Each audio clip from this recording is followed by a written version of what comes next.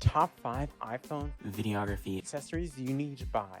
Plus, my secret weapon. I have, of course, iPhone. I don't actually include the iPhone in the iPhone accessories. First accessory is a lens for your iPhone. I'm a big fan of the moment lenses that have amazing optical quality. They also have a very low amount of chromatic aberration and vignetting. Vignetting is where it distorts around the outside of the frame, and chromatic aberration is where the light bounces through and off the material and substances to distort your image. One thing that I really like about moment lenses is that the moment lenses, the little microfiber pouches that you put the lenses in, have the whatever it is on the outside. So if it's a superfish, 15 millimeters, it gives you the degrees, so 170 degree, and it's a superfish. So you know exactly what it is to grab it out of your bag, and if you're a beginner, you might not know what a 15 millimeter is, or an 85 millimeter is, or a 58 or 60 millimeter. And they're nice and soft and they come with it. So I have all sorts of different lenses. I have everything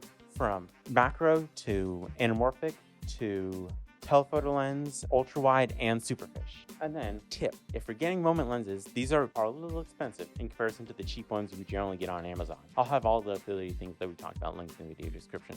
You can get these, which are rear and front caps for your lenses to protect your lenses, just like a Sony G Master lens or a regular DSLR or mirrorless camera lens. And they also have back caps, so protection is important. And then if you want extra protection, Moment makes a nice little case to put 2 lenses in, and it even fits with the filters on the protector caps in it, and it's microfiber inside, but you don't really need them. And it has a little loop on the back to fit around your belt, so that's great. So you can wear it as like a little belt. And then we have, of course, camera case. This is great. It's only $20, so this is very budget-friendly accessory that even if you don't buy moment lenses, this is great. It allows you to have much more stable footage, and you have cold shoes on the top and can mount lights or anything else you want. It's the Unidigi iPhone photography mount or something like that. I'll have it linked in the video description.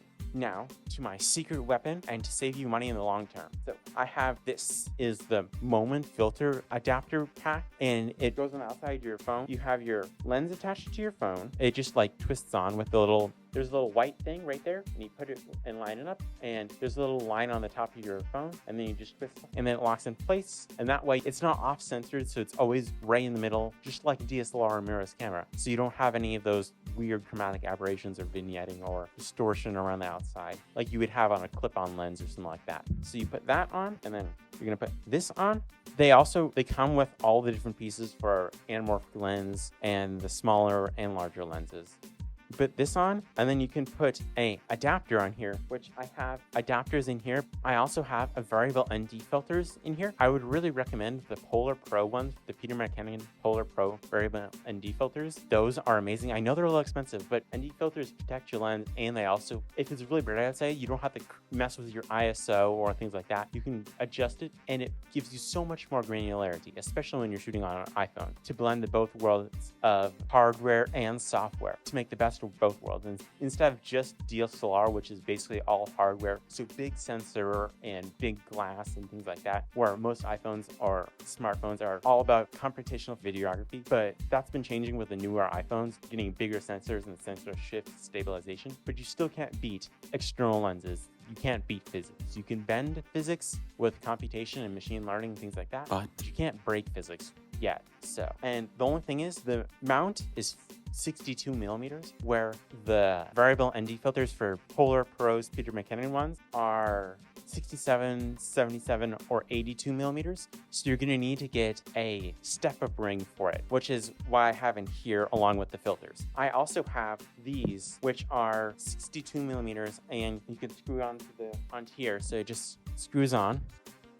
And you can add magnification or other things like that,